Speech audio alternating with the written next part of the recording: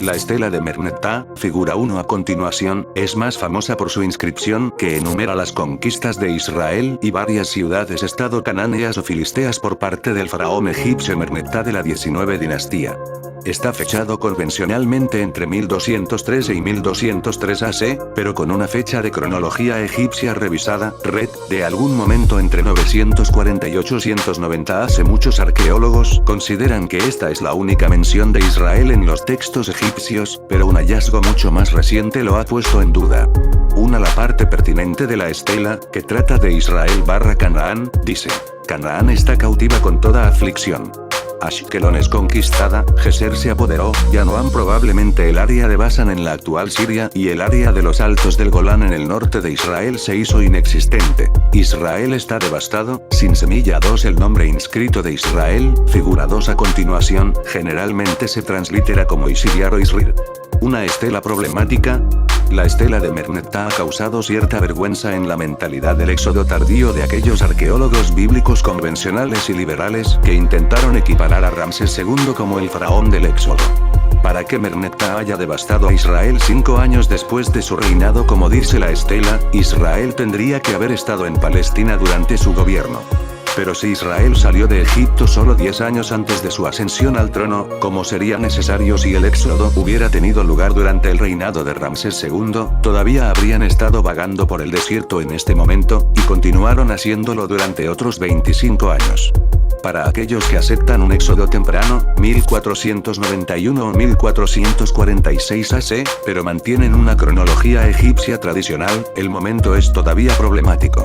En este escenario, Israel estaría en la tierra de Canaán, pero la campaña de Merneptah caería durante los tiempos de los jueces, cuando la mayor parte de Israel estaba dividida en territorios tribales. Aunque los faraones egipcios son propensos a alardear en sus inscripciones, parece que atacar a una sola tribu, o incluso a un par de tribus, y llamarlas nación sería vergonzoso para cualquier faraón. ¿Y dónde está tal invasión egipcia durante el tiempo de los jueces mencionados en las escrituras? Además, no se menciona en la estela a Edom, Moab o Amón, todos los cuales habrían estado en el camino de los ejércitos de Egipto durante este tiempo. Si bien no es determinante, el texto de la estela parece implicar un reino o, al menos, una ciudad-estado fuerte fue vencida. Además, durante gran parte del período de los jueces, fueron los filisteos quienes oprimieron muchas partes de Israel.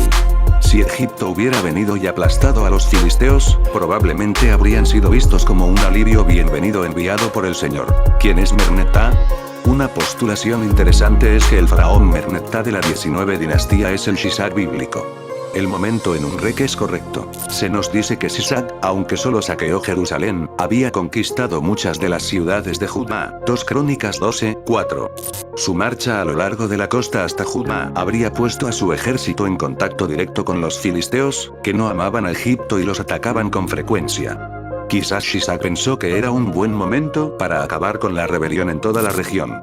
Debe señalarse aquí que parece poco probable que Egipto use un nombre diferente para diferenciar entre el pueblo del reino de Judá y el reino de Israel, ya que el pueblo de Judá también era israelita, que comprende 2 tribus, Judá y Benjamín, más los levitas, incluidos los sacerdotes del templo. La Biblia no da ninguna indicación de que Shishak atacó el reino del norte de Israel, que en ese momento habría sido gobernado por Jeroboam.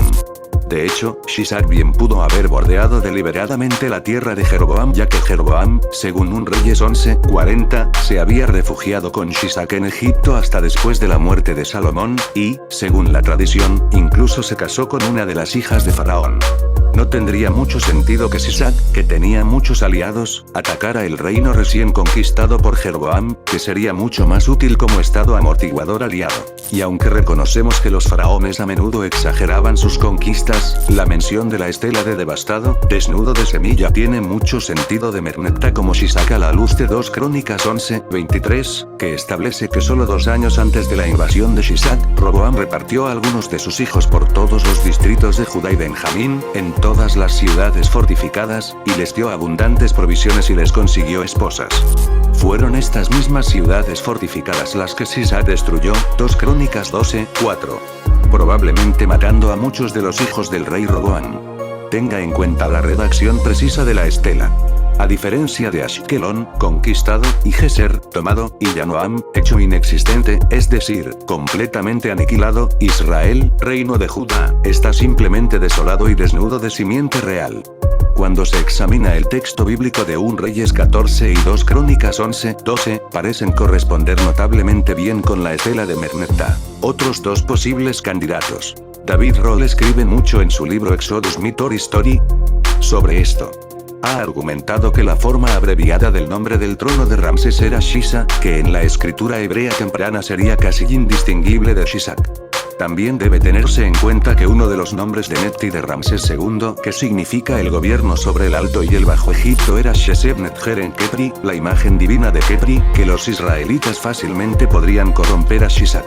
En la cronología de Rohl, por lo tanto, Ramsés II de la Xix dinastía, padre de Merneptah, fue Shisak. Rohl y otros egiptólogos han propuesto que las campañas destacadas por Merneptah en su estela se representen en las paredes de Karnak, donde está claro que también incluyen las victorias de su padre Ramsés II y su abuelo Seti, y la práctica de los faraones se incluye a sí mismos. En los éxitos de su familia reciente, padre y abuelo, era bastante común en el antiguo Egipto. Ramsés II es también el único faraón que registra en un monumento una victoria sobre Jerusalén, Shalem, a partir del 7º año de su reinado. Desde este punto de vista, Merneptah registra sus victorias, probablemente sobre los filisteos y los sirios, y las agrega a su estela como continuación del registro de Karnak de su padre y su abuelo. Algunos otros historiadores y egiptólogos como Peter van der Veen, Fred Hardin y Peter James favorecen al faraón Ramsés III de la XX dinastía como Shisak. Ramsés III no solo luchó contra los pueblos del mar, sino que registra que estableció algunos de esos pueblos conquistados en Canaán. También luchó contra una invasión del sur de los libios. Sin embargo, no hay testimonios de que Ramsés III luche contra Israel, por lo que el caso de él como Shisak es más débil que Merneptah o Ramsés II. Una mirada arqueológica y bíblica a la geopolítica de la época. Si la identificación de Yanoam con Basán, sur de Siria, es correcta, entonces esto proporciona una visión única de las alianzas geopolíticas de la época de Roboam y su hijo Abijam, reinado de 3 años, y su nieto Asa, reinado de 41 años.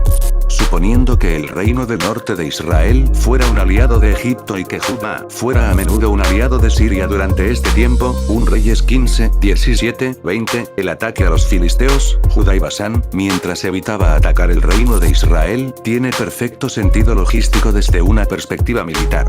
De hecho, en Unred, menos de 15 años después de la muerte de Merneptah, Ramsés III derrotó a una coalición de pueblos del mar durante 2 batallas separadas, probablemente filisteos y sus confederados, que registró en su templo mortuorio en Medinet Habu.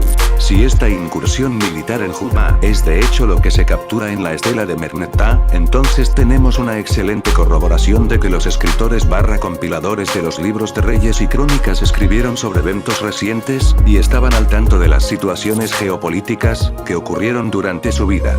O se basaron en fuentes escritas en el momento de los hechos, no cientos de años después como alegan la mayoría de los críticos. Sin embargo, incluso si la incursión mencionada en la estela de Merneptah no está registrada en las escrituras, aún podemos estar seguros de que la historia y la teología contenidas en la Biblia son verdaderas y precisas, porque la palabra de Dios es verdad. Juan 17, 17.